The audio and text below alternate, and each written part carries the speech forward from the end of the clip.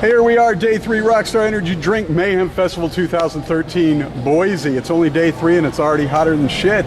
This is Rustin Rose, Metalholic Magazine, and with us, of course, bringing you 5 minutes of mayhem with Blake Meahl of Huntress. Exactly. I know you're looking, where's Jill? The poor Huntress gang, you guys had a hell of a night last night. Tell us the story. So far this whole trip is just it's amazing, but it's a beating on you, man. You say it's already hot day 3, it was already hot day 1. You wake up at 8 o'clock in the morning in San Bernardino and it's just like, and just sweating your balls off and going for it. And then last night, and every day now, a generator on this bus, we worked our asses off to be able to get on this bus so that we wouldn't want to kill each other by the end of this tour. And sure as shit, the thing is hot as hell, and the air conditioner can't keep up, and the bus is overheating, and so it's just putting 20 miles an hour all the way here. And we got here at like 12:55, our set being at 1 o'clock. And they told us we were cut, and we're like, no, we're not cut, we're here. And so we just showed up and set up and got it on. You guys made it happen. I don't know if you had to shorten the set at all because you only did a few songs, but you guys kicked some serious ass, having not eaten, not had any AC. Road just warriors. Put the guitar in your hand, and it's like, I think I'm still hungover, man. But you guys did phenomenal, and this is the band's debut run on Mayhem, so congrats on that. And I believe, did you guys actually play the off night in Tahoe as well last night? Yeah, that was last night. And, you know, sure enough, that got out super late. Of course.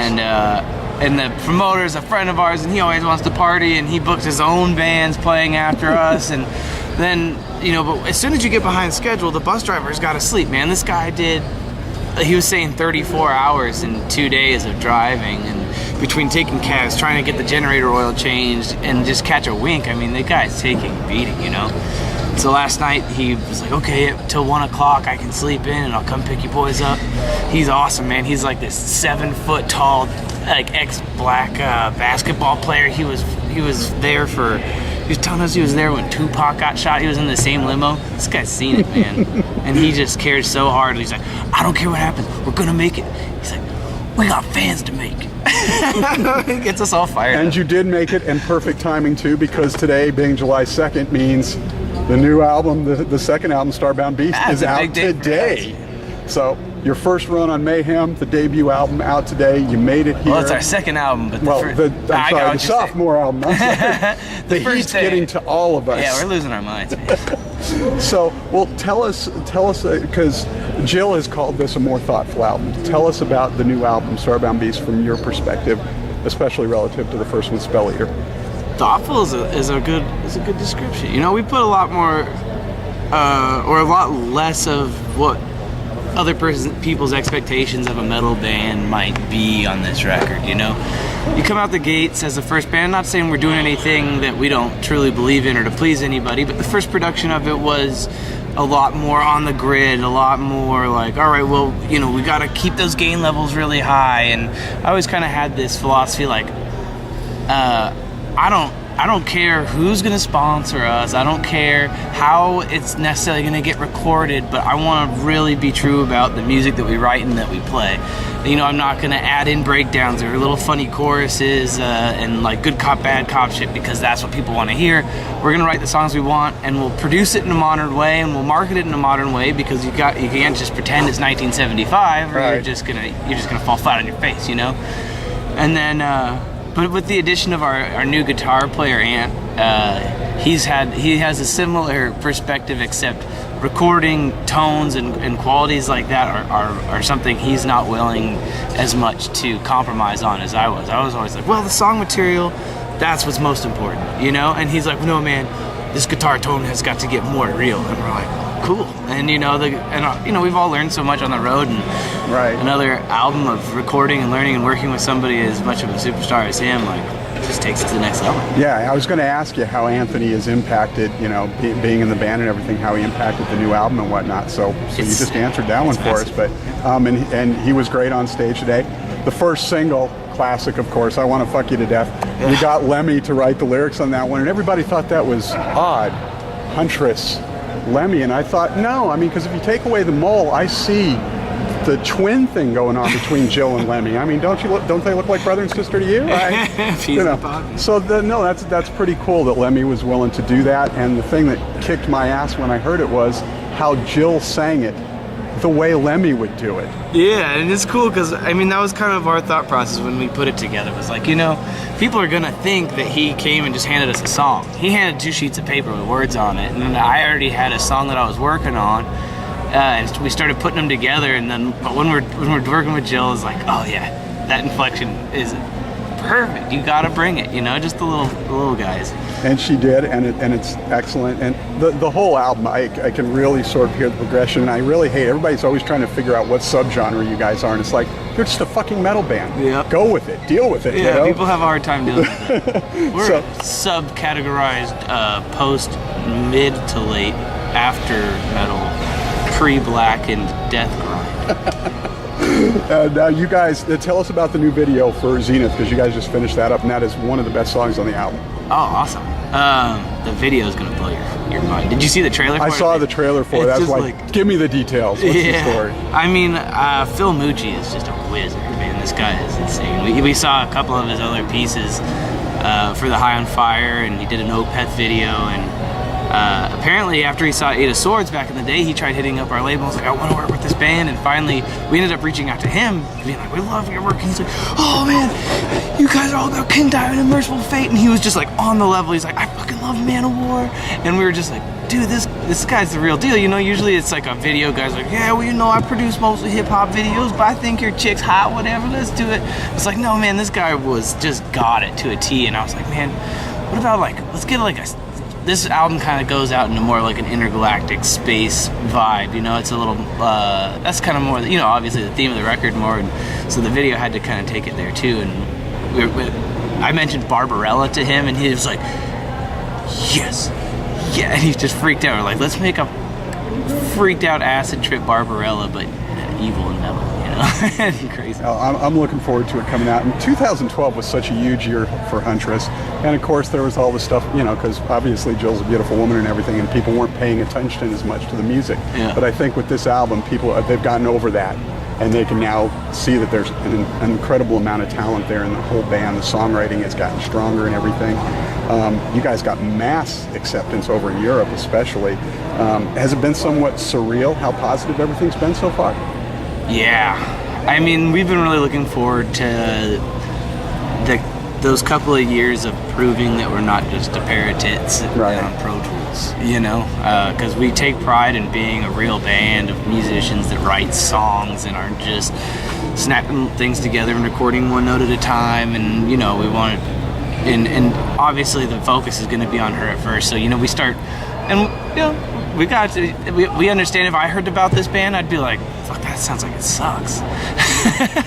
But, you know, it's undeniable once, you know, we break them down, we'll take them one at a time, you know. Right. But the response for this album has been incredible, you know. We realize it's like not as fast, and it's far more dynamic, and the songs are more written as songs as opposed to just trying to punch in the face. And we thought we might get a little backlash for that, but we've had so much pride in this record, and we're like, man, this is the first record we've ever made where we can still be listening to it. You know, by the time you're done making a record, you're just like, I don't ever want to do this song's good, and just like the mixing process alone. But this time, every time we jam it, we're just like, this rules, you know? When you guys have such a short set, unfortunately, because you start so early, but how much of the new album, now that it's out, are you going to try and throw into your short set for people? It's funny you say that. Because we spent an hour debating that in the back of the bus last night. With no air conditioning. Yeah, just probably extra pissed off as a result. You know, the set as of now is 4 and 2. So, you know, we really do want to showcase the new material. But it's a hard thing to do, because you were also here at Mayhem Fest. This is the home of the step to me, bro, let's fucking circle pit. And we want to just play our slowest song on that album so bad. We want to play that title track and just doom it out. But it's like, shit, we have 25 minutes. You can't spend 6 of your 25 minutes just That Are you guys going to maybe throw that song in on your off nights when Absolutely. you're playing? Nice. Yeah, but so for this those one of you keep the Fast guys and who Furious. don't get Mayhem, go see him on the off nights. You guys are doing some shows with what, Battlecross and Monomarth on some of these off nights. Children of Bodom, Children of Bodom. and then just announced today we are doing Danzig all the way home from Montreal. So 3 weeks of Danzig. Nice. That'll be sweet. Wait, Danzig's coming here. Nah, it's probably Oh, not going to be at the actually, same it time. probably will be hitting Boise because we're picking it up at the Montreal Festival, and then we kind of work our way down to Pennsylvania and across up through Canada and then down to LA. Well, sweet. We'll get to sit down and talk when all of you are in better shape than Yeah, hell everything. yeah. So, and you guys today too, not just as the album out, but you guys also took over Mayhem's Twitter feed and Instagram today. Yeah. Of all days, right? Of all days, when we're like, oh, we might not get to play, and we're not even here, but you guys are making it happen and everything. So damn right. who are you guys most excited to watch in Mayhem this year? Because it really is a diverse tour this time, probably the most diverse one we've had yet. Yeah, it's a trip. I still haven't ever seen Mastodon, and I've been listening to those records, and I've been hearing them from the other side of the festival ground, and like, damn, I know all these songs. They're playing a set of hits, and it's like, what a feat, because bands never do that, especially not metal bands or bands that start in the metal world. It's always just like a brutal assault of these songs, and then you get a couple of songs you might recognize. But these guys have pulled it off, man. They got a whole set of just real songs, Nice. And Amon and Marth, obviously, those guys are amazing, and like they're the sweetest dudes. We've just been hanging out with them the last couple of days, and I love that band. So I'll let you get back to it and everything. A couple of quick ones before we get out of here. Being a guitarist, being new out on the road, doing all this stuff. Not that you're new to the game, obviously, but have you had time, and do you get time with all these bands to maybe trade guitar techniques, tips, stuff like that? And I really, really hope that happens. We spent a total of I think 6 or 7 weeks on the road last year with Dragon Force, and I didn't learn a single damn lick. So which guitar player on this tour overall would you love to sit down and spend 10-15 minutes with? Just